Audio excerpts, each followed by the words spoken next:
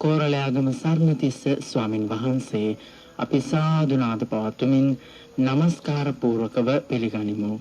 අවසරයි අපේ හාමුදුරුවනේ. සාදු සාදු සාදු.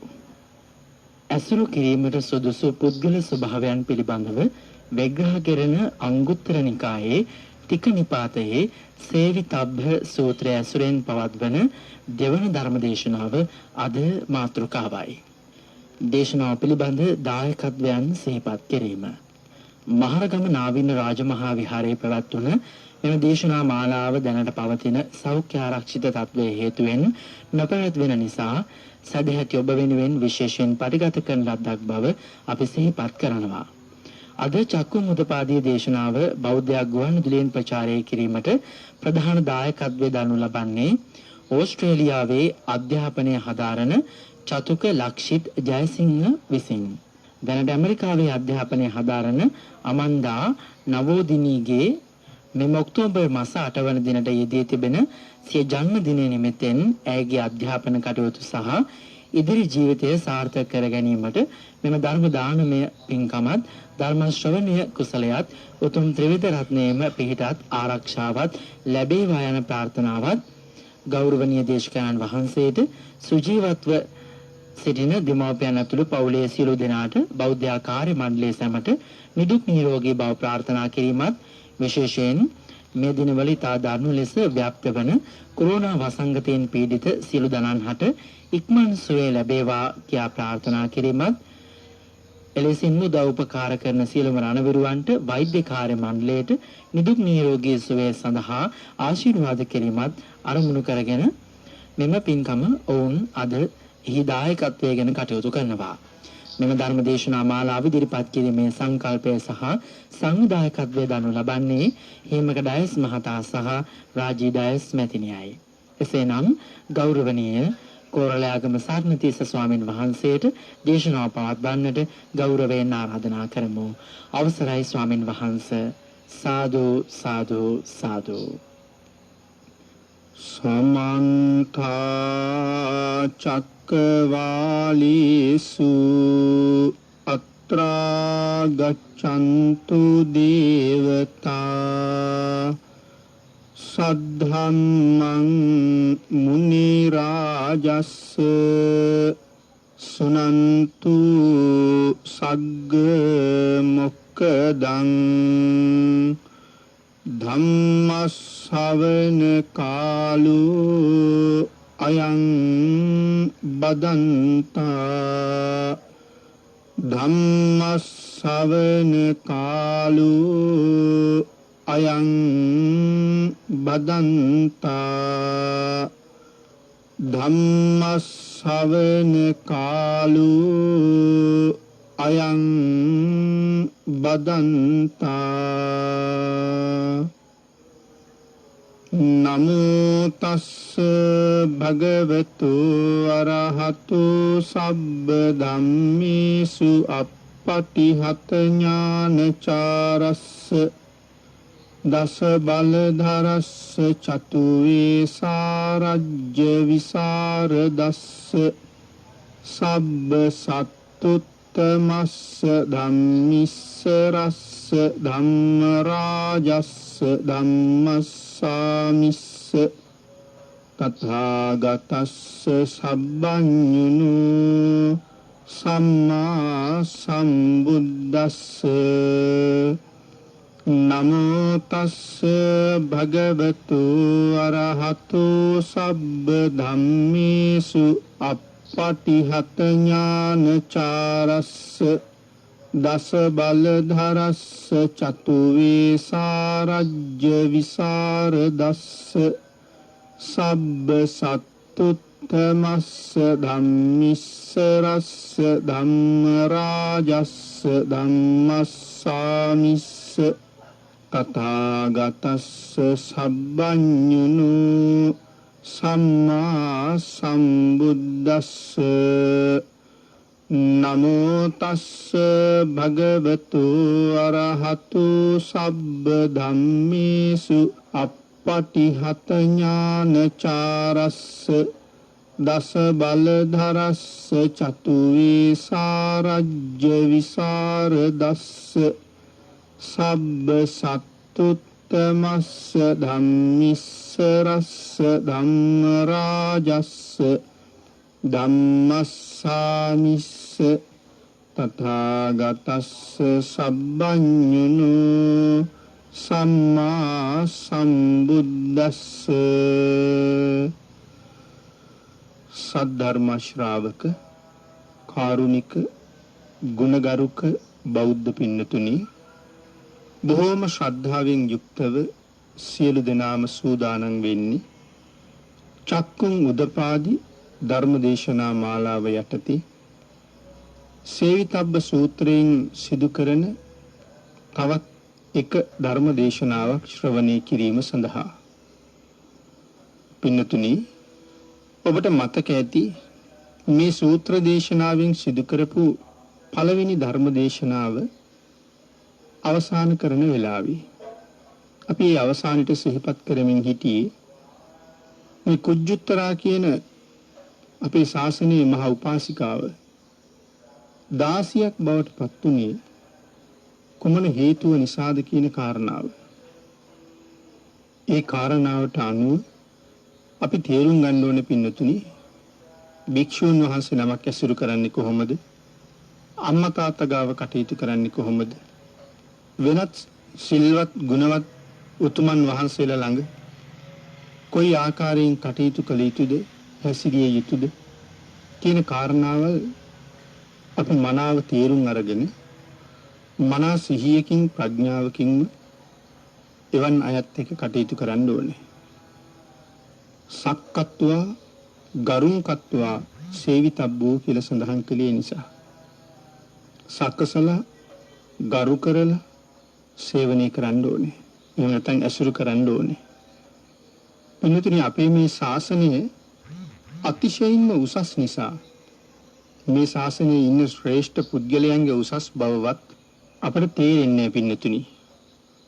කුජ්ජුත්තරා මහ උපාසිකාවගේ කතාවෙන් අපිට පේන්නේ මේ ශාසනයේ ඉන්න ශ්‍රේෂ්ඨ පුද්ගලයෙකුට අපි අතින් සිද්ධ වෙන ඊටා කුඩා වරදකදී පවා සංසාරේ පුරාම එතන ඉඳලා දාස බවට පත් කරනවා නම් ඊට වැඩියෙන් යමක් ගැන කතා කරන්න පුළුවන්කමක් ඇත්තෙම නෑ අපිට. අනික් කාරණාව තමයි අපේ බුදුරජාණන් වහන්සේගේ උපදෙස් වලට අනුව ඒ උතුම් අය තමන් කවුද කියන එක කාටවත් කියන්නේ නෑ පින්නතුනි. හිත දියුණු අය තමන් කවුද කියලා කවදාවත් කියලා නෑ. ආන් ඒක නිසා මේ ශාසනයේ සිල්වත් ගුණවත් උතුමෝ කවුද කියන කාරණාව අපිට හිතාගන්න හරි අමාරුයි. සෑහෙන කාලයක් ඇසුරු කරලා තමයි ඒක තේරුම් ගන්න ඕනේ. දැන් වර්තමානයේ නම් ස්වාමීන් වහන්සේලා හඳුනා ගන්න අපිට පුළුවන්. ඒතකොට සිල්වත් අය සිල් ගත්ත අය හඳුනා ගන්නත් අපිට පහසුයි මේ උතුරු සළුවක්වත් පාවිච්චි කරන නිසා. නමුත් අතීතයට යනකොට හැම කෙනෙක්ම වගේ පින්නතුනේ උතුරු සළුවක් පාවිච්චි කරලා තියෙනවා. ඉතින් ඒ නිසා හිතාගන්න කොහොමත් අමාරුයි කවුද සිල්වත් නැත්තේ කියලා. සාමාන්‍ය කටයුතු කරන අවස්ථාවන් වල උතුරු සළුවක් පැලඳලා තමයි ඉඳලා තියෙන්නේ. අපේ දුටුගැමුණු මහරජුරු යුද්ධයට ගිහිල්ලා තියෙන්නේ උතුරු සළුවක් පැලඳගෙන. අපේ මේ ශාසනී වයසට ගිහිල්ලා පැවිදි වුණ කෙනෙක් සෑහෙන කාලයක් තමන්ගේ ගුරුවරයා ඇසුරේ ඉඳලා එක දවසක් ගුරුවරයාගෙන් අහනවා, ස්වාමීනි, රහතන් වහන්සේලා අඳුරගන්නේ කොහොමද කියලා. ඒ වෙලාවේ ආචාර්යයන් වහන්සේගෙන් ලැබෙන උත්තරේ තමයි ආයුෂ්මතුනි අමාරුයි කියලා.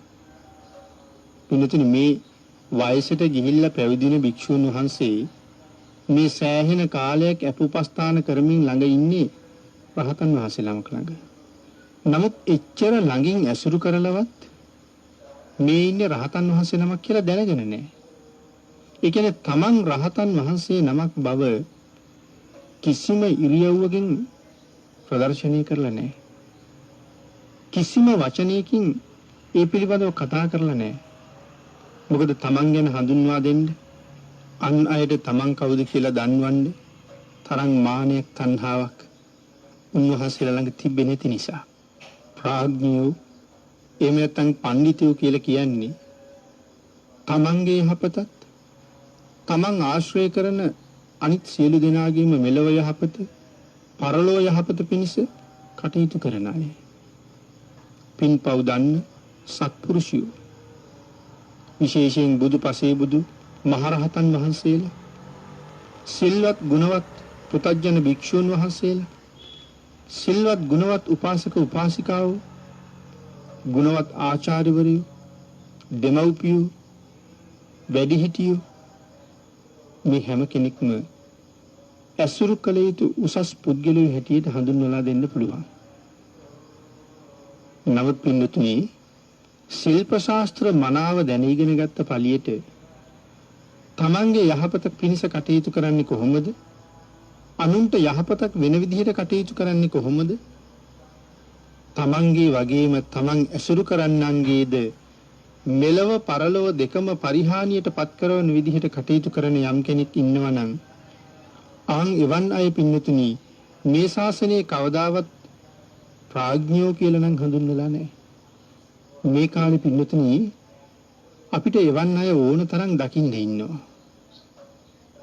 මොකද සමහර අය ඔය බටහිර ශිල්ප ශාස්ත්‍ර යම් යම් ප්‍රමාණයෙන් ඉගෙනගෙන ඒ අය හිතාගෙන ඉන්නේ ඒ අය මහා ප්‍රඥාවන්තයි කියලා. සමාජයට ප්‍රතිඥා දීලා තියෙන්නේ තමන් පඬිවරු කියලා. අඩුතරමේ තිසරණේවත් දන්නේ නැහැ. තමන්ට තිසරණේවත් නැහැ. සමහර අය බෞද්ධයි කියලා කීවට ඒ අය තවම ඉතිවිසෝ ගාථාවේ තේරුමවත් දන්නේ නැහැ. හැබැයි ඒ වුණාට තමන්ගේ වාසිය තකා මේ ධර්මය පවා අනිත් පැත්ත හරවන්න කටයුතු කරනවා. ධර්ම කාරණා පවා බොහෝ දිනකට වරද්දවනවා. තමන් ඉගෙනගත්ත බටහිර ශිල්ප ශාස්ත්‍රات එක්ක මේ ලෞතර ධර්මයේ සංසන්දනය කරවලා සමාජයට පෙන්වන්න හදනවා. ඒ වුණාට කවදාවත් මේ ධර්මයේ බටහිර විද්‍යාවත් එක්ක සංසන්දනය කරන්න බෑ පින්නතුනි.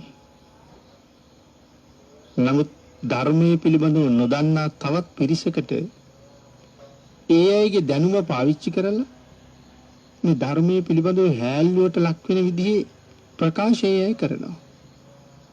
පරලෝක කියලා දෙයක් නැහැ කියලා සමහර අය කියනවා. දෙවියෝ කියලා පිරිසක් නැහැ කියලා කියන්න උත්සාහ කරනවා. සතර අපාය විවේචනයට ලක් කරනවා. එහෙම එකක් නැහැ කියලා කියනවා. එහෙම කියලා සාමාන්‍ය ජනතාව නොමග යවනවා. ඒ සමාජයේ මේ අය කැපිපෙන්නේ මහ දැනුමක් තියන අය හැටියට. මහා ප්‍රඥාවන්තයෝ හැටියට. ඉතින් එවන් අය කියන දේවල් මේ සාමාන්‍යයි විශ්වාස කරන හරියටි කියලා. ඒ යම් ප්‍රමාණයක හරි දැනුමක් ලැබලා තියෙනවා නම් ඒ පිළිතුරු මේ බටහිර ශිල්ප ශාස්ත්‍ර සම්බන්ධ දැනුමක් විතරයි. ඒ කවදාවත් ත්‍රිපිටකය අධ්‍යයනය කරලා නැහැ. ත්‍රිපිටකාගත සූත්‍ර ඉගෙනගෙන නැහැ. නිර්මල ධර්ම රත්නය ඒ ධර්ම පරයය කොයි විදිහද කොයි විදිහට දේශනා කරපු එකක්ද කොහොම අවබෝධ කරගත්ත දෙයක්ද ඒ එකක්වත් ඒගොල්ලෝ දන්නේ. තමන්ගේ අදහසක් සමාජගත කරලා විශාල පිරිසකගේ නිවන් මඟ අහුරලා දානවා.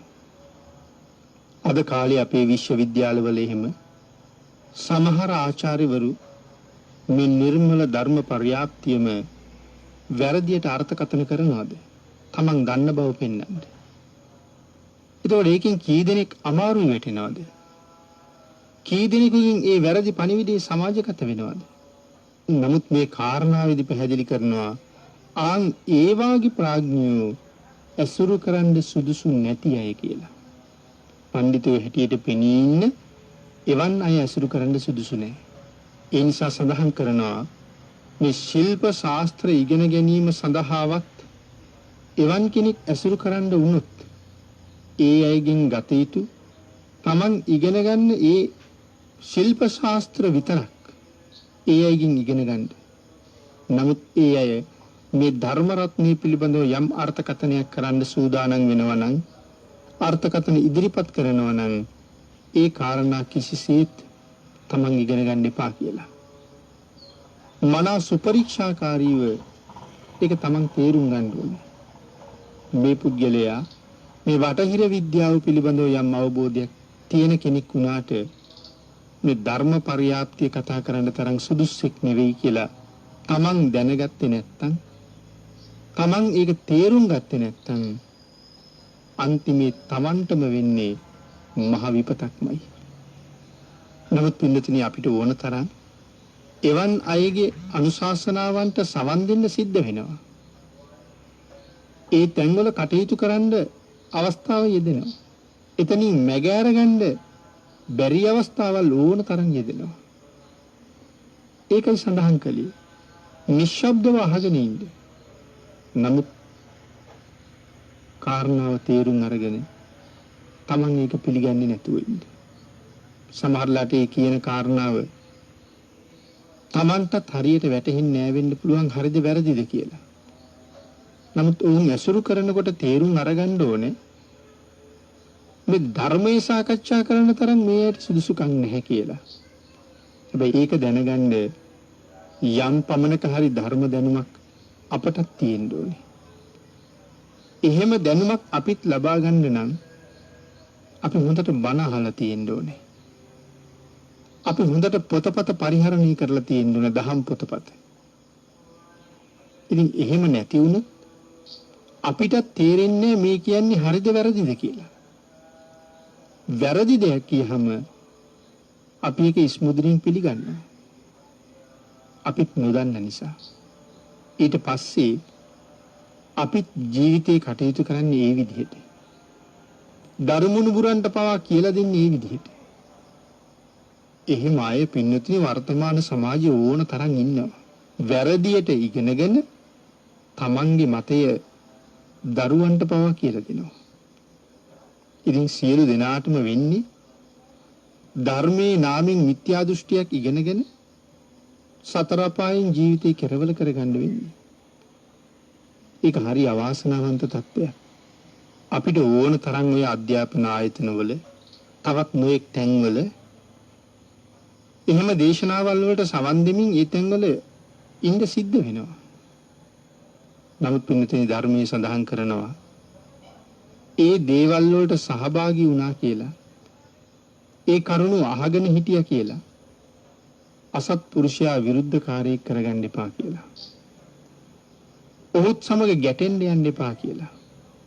ඔහුගේ කතාවටත් කන් දීගෙන ඉන්නවා. නමුත් ඒ කියන දේවල් තමන්ගේ හිතට ගන්න එපා. ඒ කරුණ ඔස්සේ තමන් පිළිපදින්න යන්න එපා. නමුත් මේ විසම ලෝකයේ තුල අපි කටයුතු කළ යුත්තේ කොහොමද කියන කාරණාව තමන්ම තීරණය කරලා තියෙන්න ඕනේ. මේ කාරණාව සම්බන්ධයෙන් විශේෂ උපදේශයක් විනෝතිනි මහා ධර්මපාල ජාතකයේ සඳහන් කරලා තියෙනවා.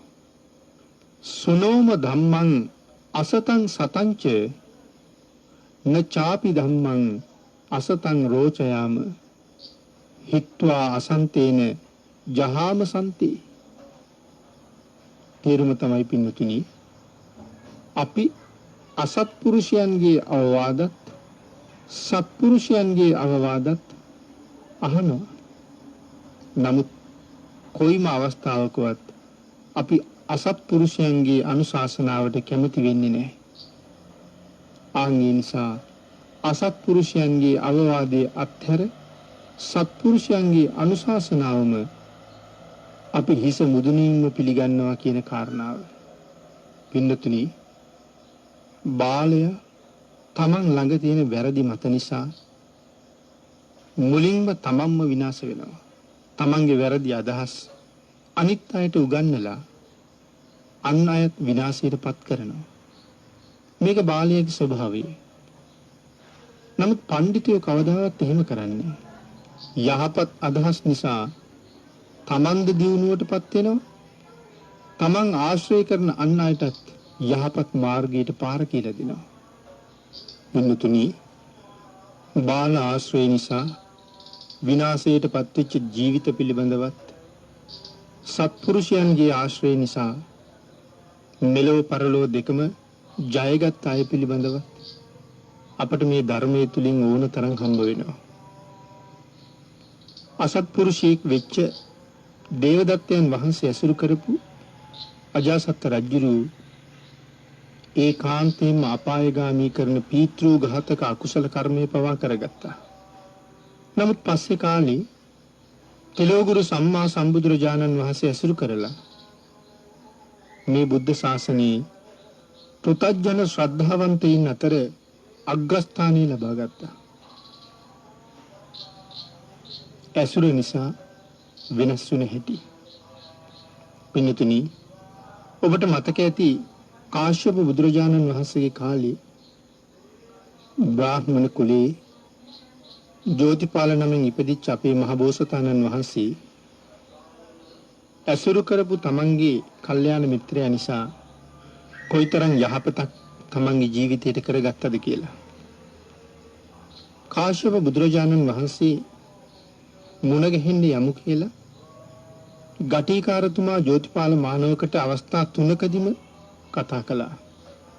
නමුත් මේ අවස්ථා 3ේදීම ඔය මුඩ මහනා මුණ ගැහෙන්න යන්නේකින් මට පළක් නෑ කියලා දොස් කියලා නතර වුණා. නමුත් තමන්ගේ යාළුවා බුදුරජාණන් වහන්සේ ළඟට එක් කරගෙන ගිහිල්ලා තමන් මෙතෙක් හිටපු දෘෂ්ටිය වැරදි කියන කාරණාව මිත්‍රයාටම තහවුරු කරවලා ඔහුට යහපතක් කිරීමේ චේතනාව අතහැරපු නැති ගටිකාරතුමා ඊළඟට යෝජනා කළේ එහෙනම් අපි නාගණ්ඩ යමු කියලා. නාගණ්ඩ යන්න කැමති වෙලා ගඟට ගිහිල්ලා නාලා ඉවර වුණාට පස්සේ නැවත යෝජනා කළා. දැන් විහාරයට බොහොම ළඟයි. අපි බුදුරජාණන් වහන්සේ මුණ ගැහිලම යමු කියලා. නමුත් ජෝතිපාලයන් ඒ වෙලාවෙත් සඳහන් කළේ පෙර සඳහන් කරපු කාරණාවමයි. බුදුරජාණන් වහන්සේ මුණ ගැහෙන එක Tamanට නොවැදගත් බවයි. නමුත් ඒ වෙලාවේ ගටිකාරතුමා මේ ඉන ඇඳි වස්ත්‍රය ඉනෙන්ම අල්ලලා ඇදලා කීව යන් කියලා. ඒකත් ප්‍රතික්ෂේප කළාට පස්සේ පෙත සහිත කෙස්වැටියෙන් අල්ලලා ඇදගෙන යන්න ලෑස්ති වුණා. ජෝතිපාල මානවකයා කල්පනා කළා පහත් කුලයක ඉපදිච්ච මගේ යාළුවා මට කවදාවත් මෙහෙම කරලා නැහැ. නමුත් Taman කවුද කියන කාරණාව හිතන්නේ නැතුව මේ වෙලාවේ මගේ කෙස්වැටියෙන් අල්ලගෙන මේ ඇදගෙන යන්න හදන්නේ අනර්ථයක් කරන්න නම් නෙමෙයි. ඒ නිසා මොහු මේ තරම් කතා කරන නිසා මේ ගමන යා යුතුයි කියලා ගටිකාරතුමත් එක්ක බුදුරජාණන් වහන්සේ මුණ ගැහෙන්න ගියා. ගටිකාරතුමා තමන්ගේ යහළුවාව බුදුරජාණන් වහන්සේට හඳුන්වලා දුන්නා. යහළුවා ගැන තොරතුරු බුදුරජාණන් වහන්සේට ප්‍රකාශ කළා. තමන්ගේ යහළුවාට ගැළපෙන විදිහේ ධර්ම දේශනාවක් කරන්න කියලා බුදුරජාණන් වහන්සේට ආරාධනාවක් කළා. උතුම් සත්පුරුෂයෙක් ඇසුරු කරපු නිසා ධර්ම ශ්‍රවණය කළ පැහැදිච්ච ජෝතිපාල මානවකතුමා අන්තිමට සඳහන් කළේ මම ගෙදර ඉන්නේ නැති බවයි.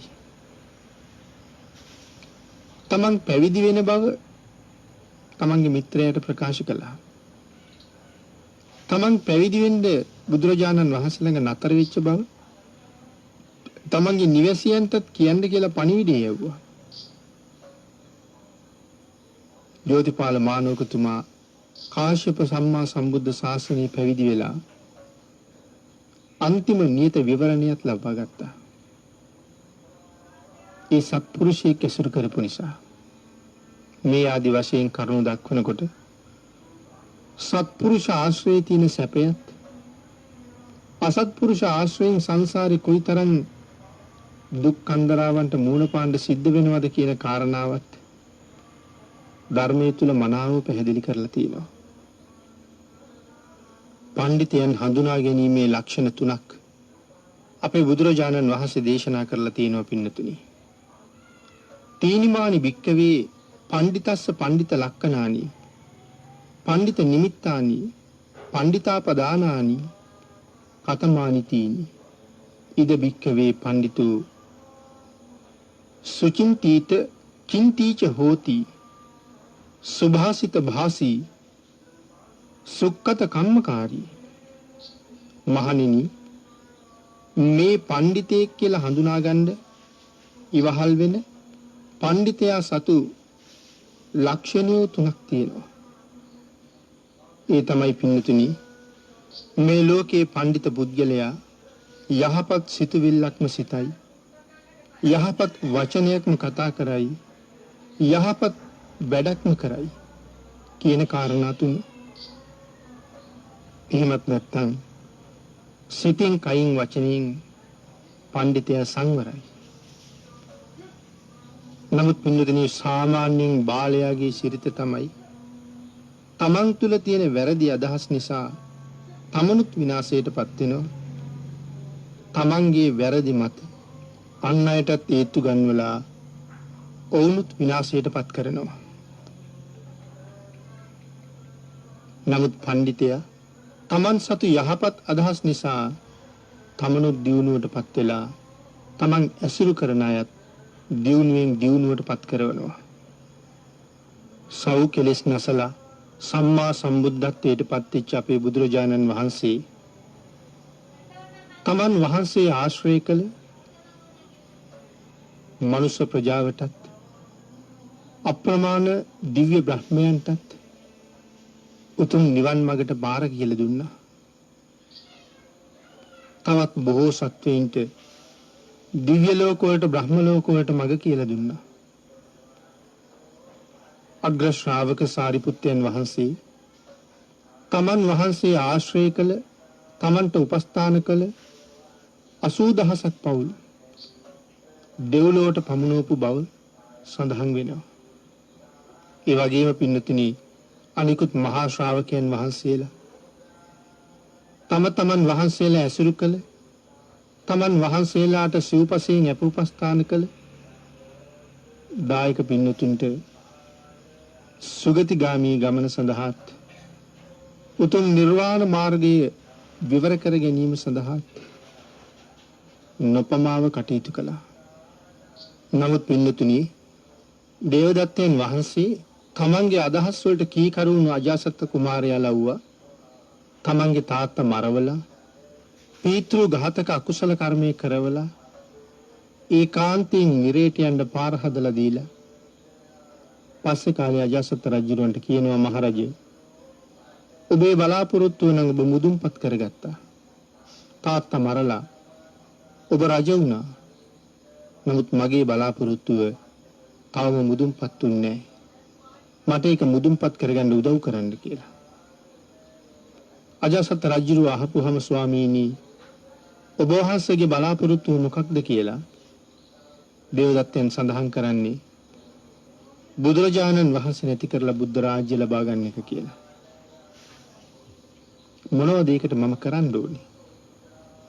දේවදත්තයන් වහන්සේ රජුරවන්ට කියනවා, මට ඒ සඳහා දුනුවායන් අවශ්‍යයි කියලා.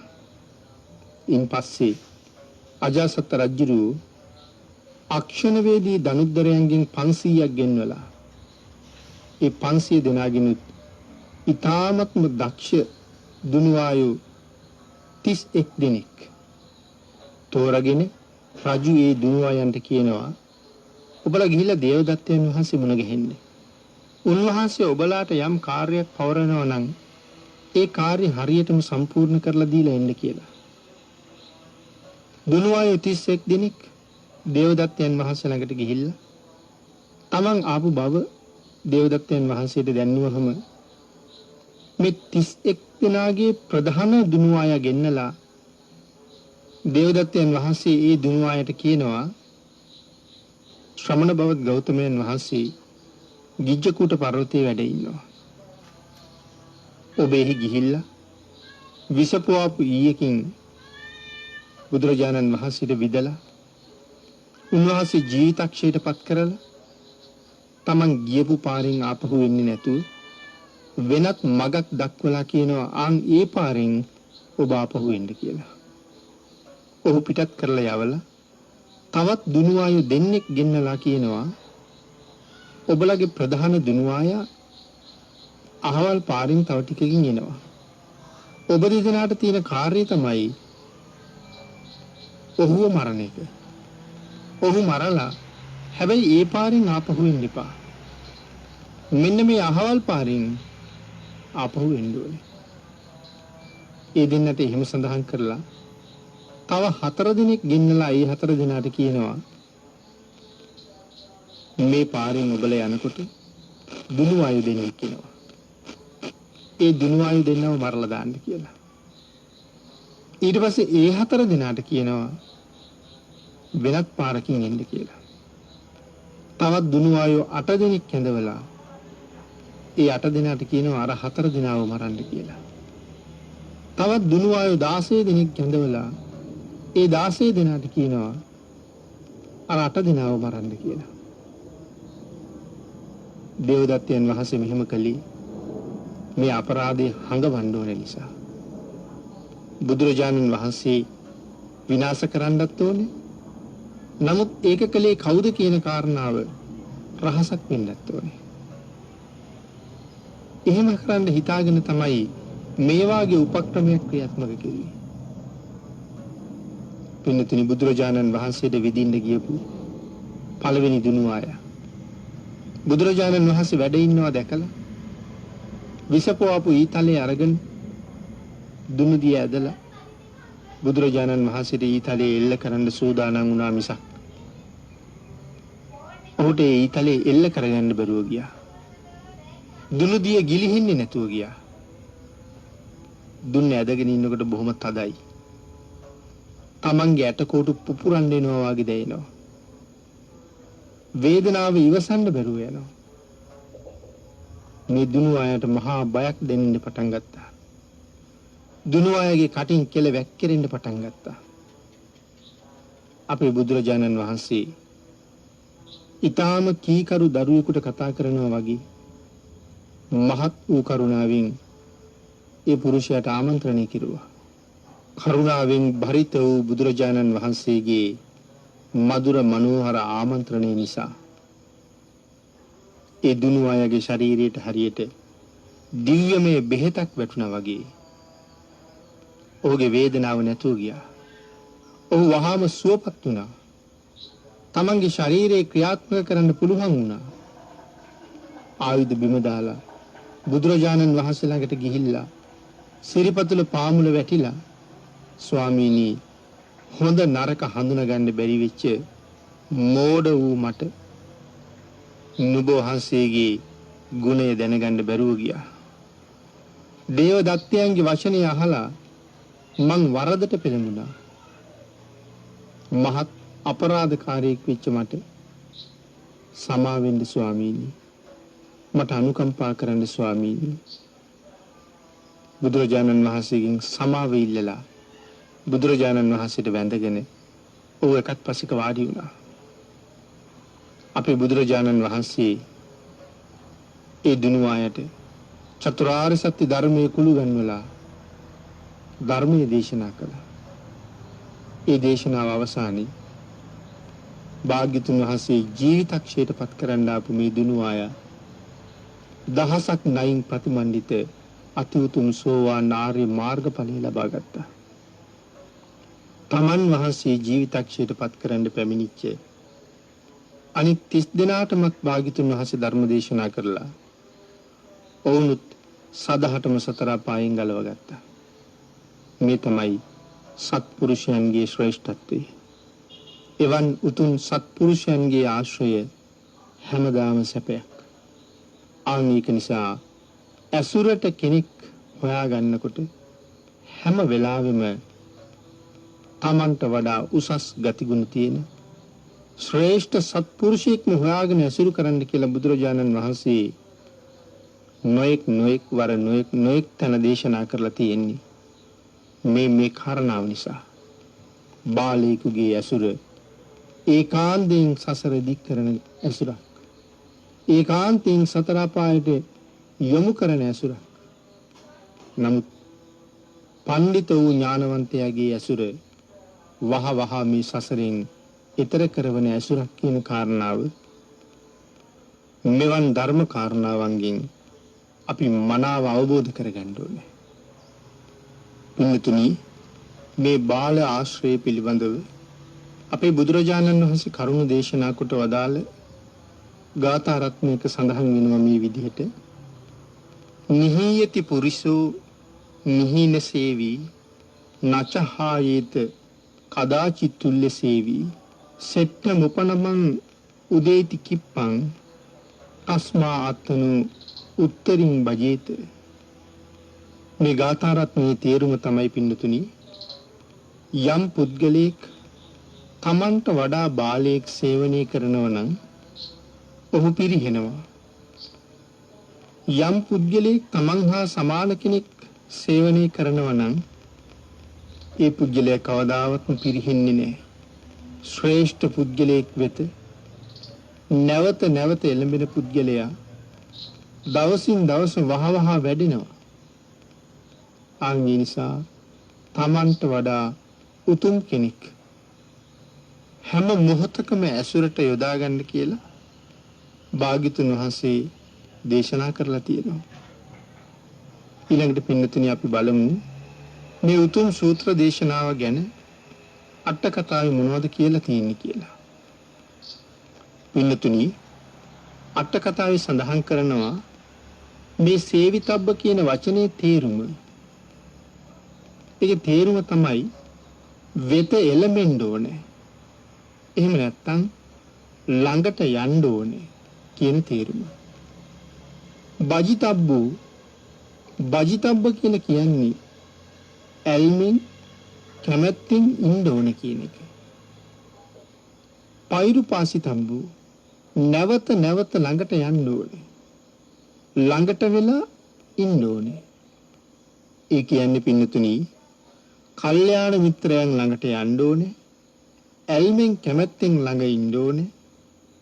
නැවත නැවත කල්යාණ මිත්‍රයා ළඟට එළඹෙන්න ඕනේ.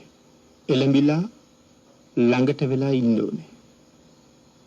පින්නතුනි, අපි මේ කාරණාව මේ විදිහට තේරුම් ගත්තොත් දැන් බලන්න, හුඟක් අය පන්සල් යනවා.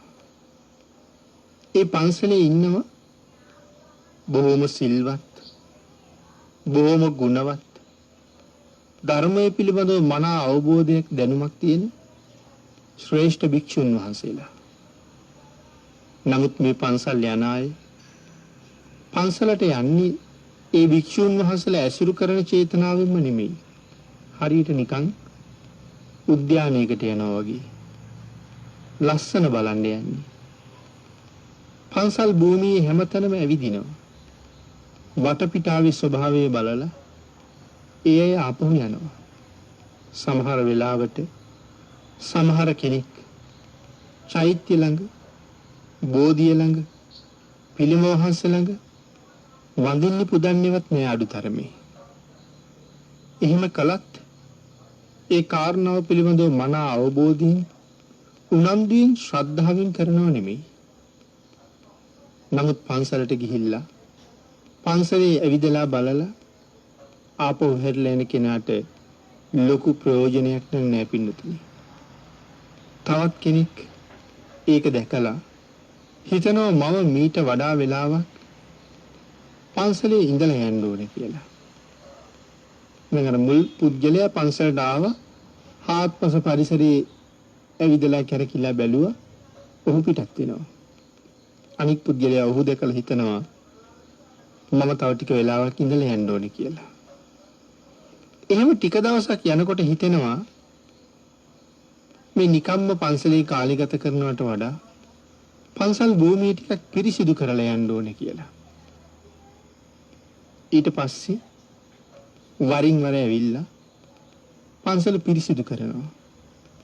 සිල්වත්, ගුණවත්, ධර්මදරව ස්වාමින් වහන්සේලා පන්සලේ ඉන්නවා වුණත් මුණ ගැහෙන්න යන්නේ නැහැ.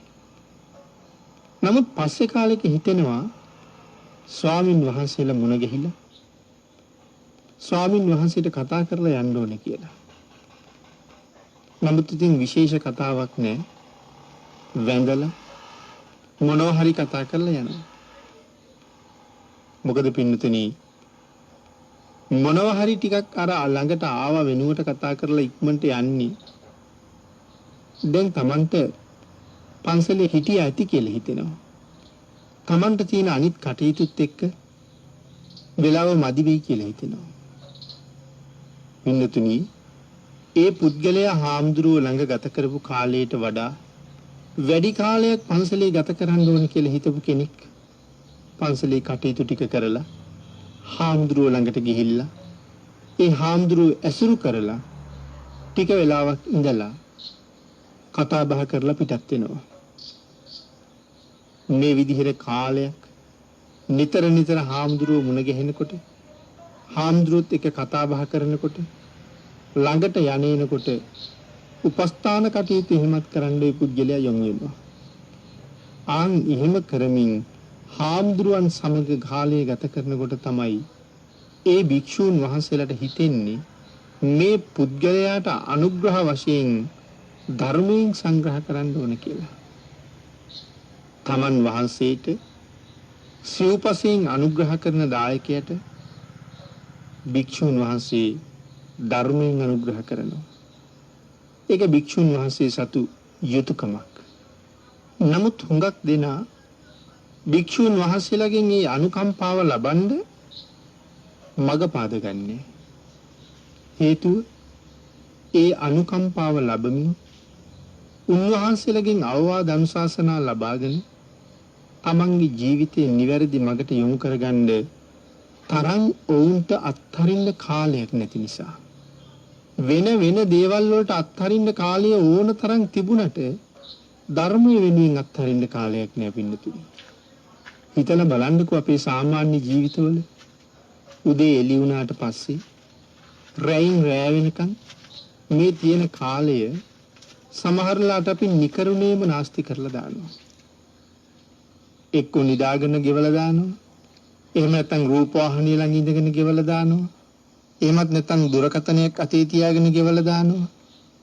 එහෙමත් නැත්නම් යාළු මිත්‍රයෝ එක්ක එකතු වෙලා අල්ලාප සල්ලාප කී කාලය ගත කරලා දානවා. මොනවා හරි ක්‍රමයකින් තමන්ගේ කාලය විනාශ කරනවා. සමහර කෙනෙක් ලෞකික ජීවිතයේ දියුණුව උදෙසා වෙහෙසිලා මහන්සි වෙලා වැඩ කරනවා. ඒ පුද්ගලයාට කාලය මදි ධර්ම ශ්‍රවණය කරන්න. භික්ෂුන් වහන්සේලා ඇසුරු කරලා උතුම් අවවාද අනුශාසනා ලබා ගන්න කල් මදි. ඒ පින්තුනි ලෞකික සැපේ වෙනුවෙන් ඔහුට ඔහුගේ කාලය ගත කරන්න සිද්ධ වෙලා තියෙනවා. පැයක් වාඩි වෙලා නිදහසේ බණක් අහන්න කාලයක් ඒ ඇයට හොයාගන්න තමන්ගේ ජීවිතේ ඉඩමදි. නමුත් රූපවාහිනිය ගාව වාඩි වෙලා පැය 3ක් 4ක් එක දිගට නාස්ති කරන්න ඔවුන්ට ඕන තරම් කාලය තියෙනවා.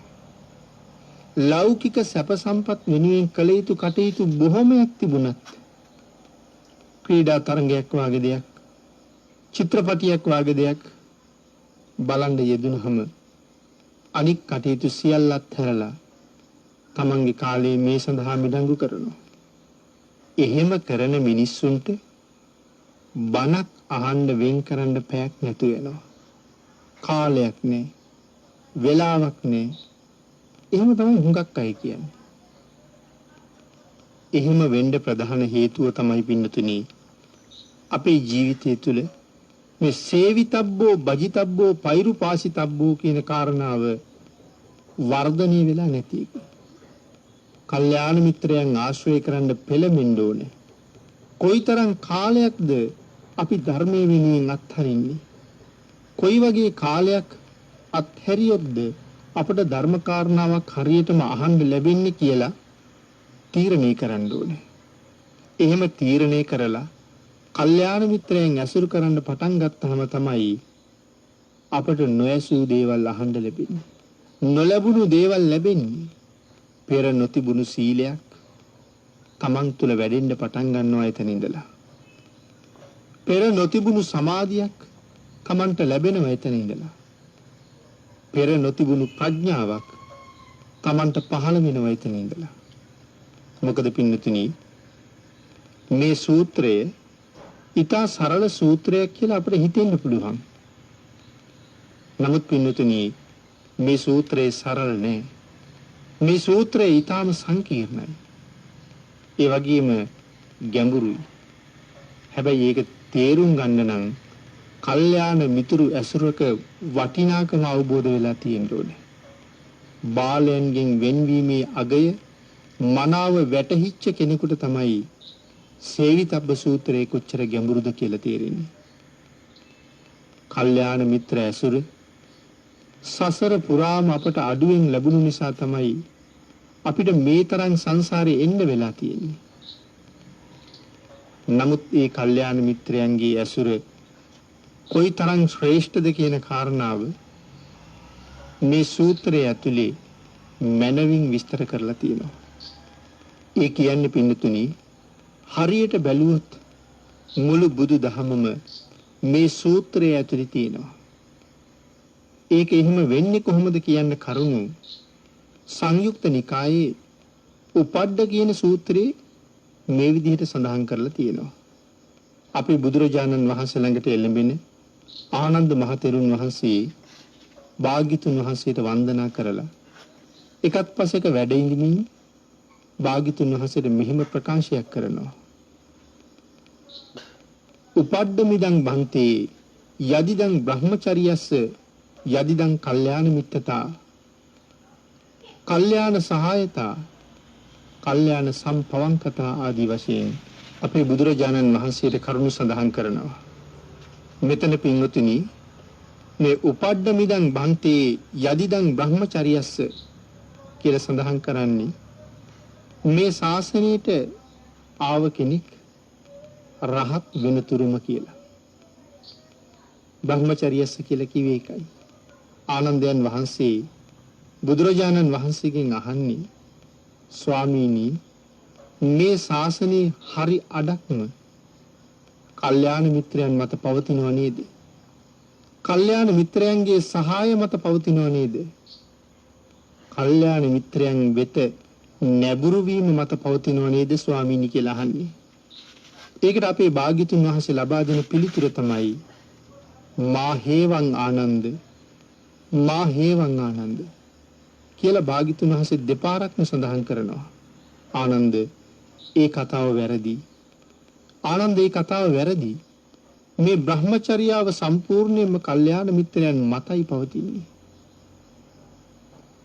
කල්යාණ මිත්‍රයන්ගේ සහාය මතයි පවතින්නේ. කල්යාණ මිත්‍රයන් වෙත නැඹුරු වීම මතයි මේ බ්‍රහ්මචර්යාව පවතින්නේ.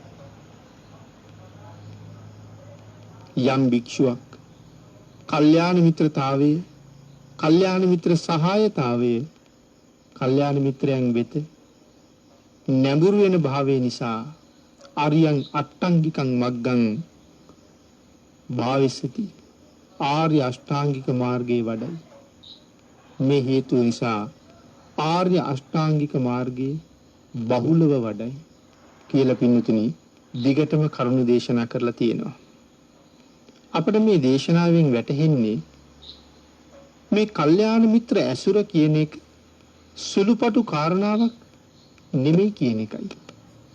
පින්තුනි භාග්‍යතුන් වහන්සේ දේශනා කරපු මේ ධර්ම කාරණාවල් අපිට හරියට අවබෝධ වෙන තාක්කල් අපිට මේවා නිකන් වචන ටිකක් විතරයි.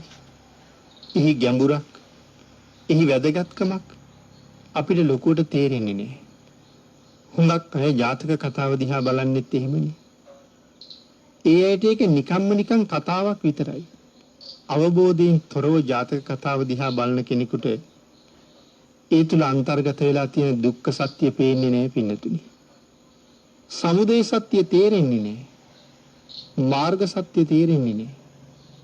ආන් ඒ නිසා ඒ ඇයිට ජාතක කතාව තවත් එක කතාවක් විතරක් බවට පත් වෙනවා. ඒ ගැන තමන්ගේ අදහස තමන්ට වැටහෙන විදිහට කියා හුඟක් අය පව් කරගන්නවා. පින්නතුනි ඒක වෙනම කතා කළ යුතු කාරණාවක්. ජාතක කතාව කියලා කියන්නේ අතිශයින්ම සංකීර්ණ ධර්ම කාරණාවක්. කොයිතරම්ද අභිධර්මයේ තරම්ම සංකීර්ණයි. ජාතක කතාවක් හරියටම අවබෝධ කරගන්න නම් පින්නතිනි සූත්‍රත් ඉගෙනගෙන අභිධර්මයත් ඉගෙනගෙන විදර්ශනාවත් වඩලා ඒ විදර්ශනාව තුළින් මේ ජාතක කතාව දිහා බලන්න ඕනේ. ආන් විදාට තමයි ජාතක කතාව හරියටම තේරෙන්න පටන් ගන්නේ. නමුත් එහෙම අවබෝධයක් නැති නිසා අද සමාජයේ මහා ප්‍රඥාව විදිහට පෙනී හිටින අය පවා ජාතක කතාව බොහොම හැල්ලු කරලා තමයි කතා කරන්නේ. එහෙම අයට පින්නතුනි මේ ජීවිතේ කවදාවත් ජාතක කතාව තේරුම් ගන්න බැරි වෙයි. පින්නතුනි මේ ශාසනී කල්යාණ මිත්‍රයන්ට සලකලා ගරු කරලා ආශ්‍රය කළ යුතුයි කියන කාරණාව ඊටාම විශේෂයි. කල්යාණ මිත්‍රයා කවදාවත් ධර්මයේ හැල්ලුවට ලක් කරන්නේ නැහැ. ධර්මයේ විවේචනය කරන්න හදන්නේ නැහැ. තමන් ධර්මයේ විවේචනය කරලා කැපී පෙනෙන්න උත්සාහ කරන්නේ නැහැ. ආන් එවන් සත්පුරුෂෝ ඇසුරු කෙරුවොත් විතරයි අපිට දියුණුවක් සැලසෙන්නේ පින්නතුනි. හීනෝ හෝති සීලේන යම් යම් කාරණා නිසා හීන බව දැනගත යුතුයි.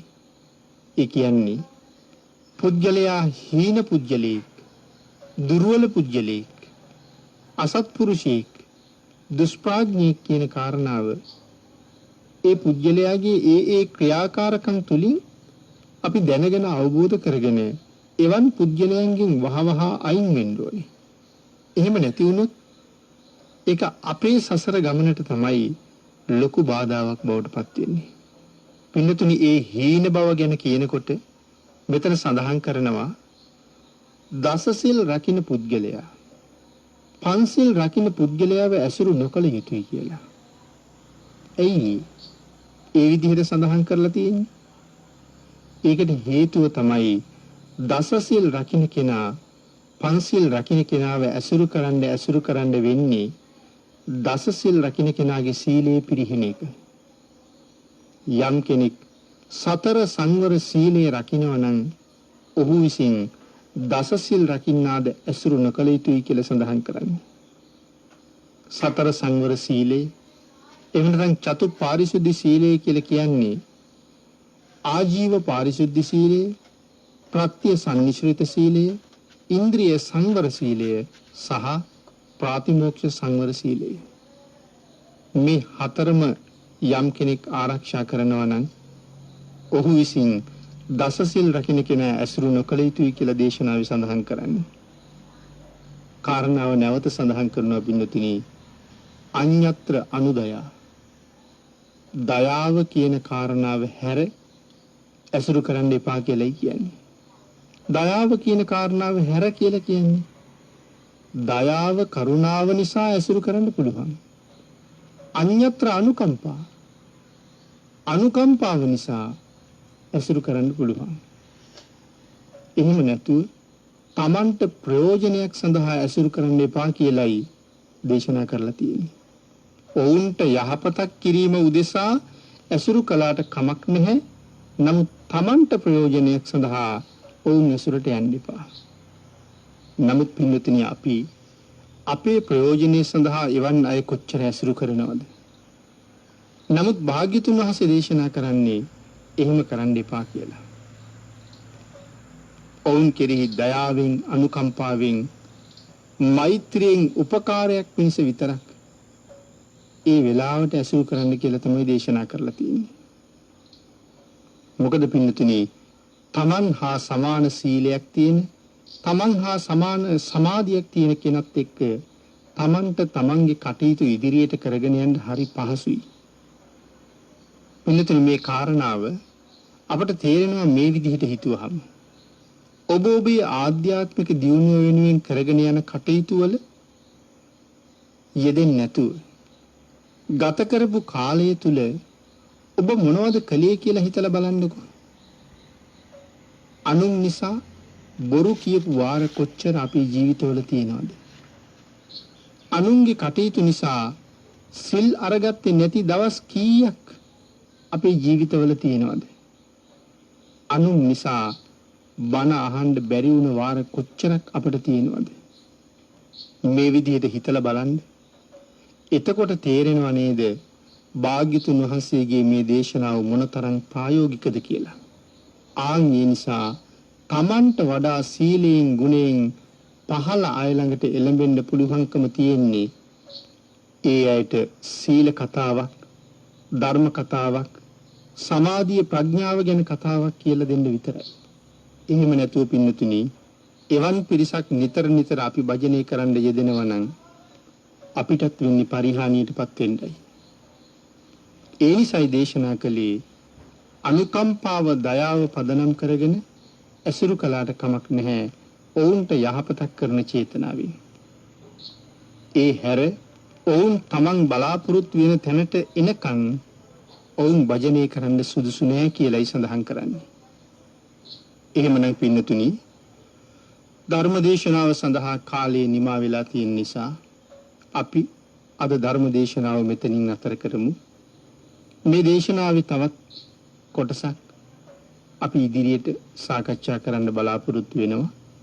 අද ධර්මදේශනාවේ දායකත්වයේ දරන සදහවත් දායක පිරිස මේ උතුම් ධර්ම දානමය පින්කම සිද්ධ කරලා ආශිර්වාද කරන්න බලාපොරොත්තු වෙන සියලු දෙනාටම තුනුරුවන්ගේ ආශිර්වාදයෙන් නිදුක් නිරෝගී භාවයේ චිර ජීවනයේ සැලසේවා. පින් අනුමෝදන් කරන්න බලාපොරොත්තු වෙන මව්පියන් ඇතුළු සියලු දෙනාටම මේ පින් අනුමෝදන් වේවා.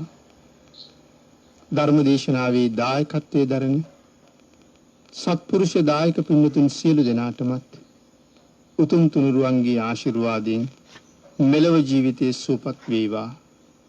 ප්‍රාර්ථනීය බෝධියෙන් ඊ타ම ඉක්මන් භවයක ඊ타මත්ම කෙටි කාලයකින් සැප සහිත ප්‍රතිපදාවෙන් උතුම් චතුරාර්ය සත්‍ය ධර්මය අවබෝධ කරගෙන සසරින් එතර වෙන්න මේ පුණ්‍ය ධර්මයන් හේතු වේවා.